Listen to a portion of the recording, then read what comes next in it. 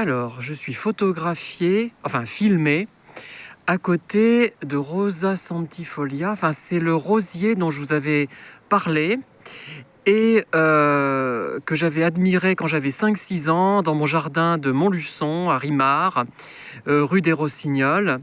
Et c'était des roses très roses. Vous voyez ces roses très roses, ces roses choux. euh, Là, donc. Alors, j'en ai... ils drageonnaient. Et j'ai planté des drageons, donc d'abord à Beaumont, ensuite au Mont d'Or et enfin à Thiers. Je ne pense pas que j'en planterai ailleurs, puisque j'imagine que je risque de mourir à Thiers quand même. Sait-on jamais, ou alors dans une maison de retraite qui sera à un autre endroit, mais je n'aurai certainement pas d'autre jardin. Et donc c'est très très important pour moi cette rose, parce que ça me renvoie à tout un passé. Ça renvoie à 50 ans en arrière, en fait, tout ça. Et j'en ai mis pas mal.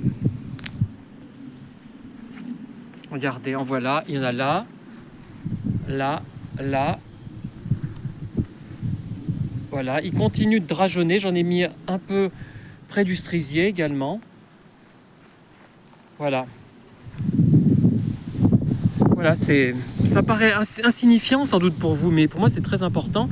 Et je pense que vous avez aussi ce genre de souvenirs. Je ne suis pas le seul à avoir ça.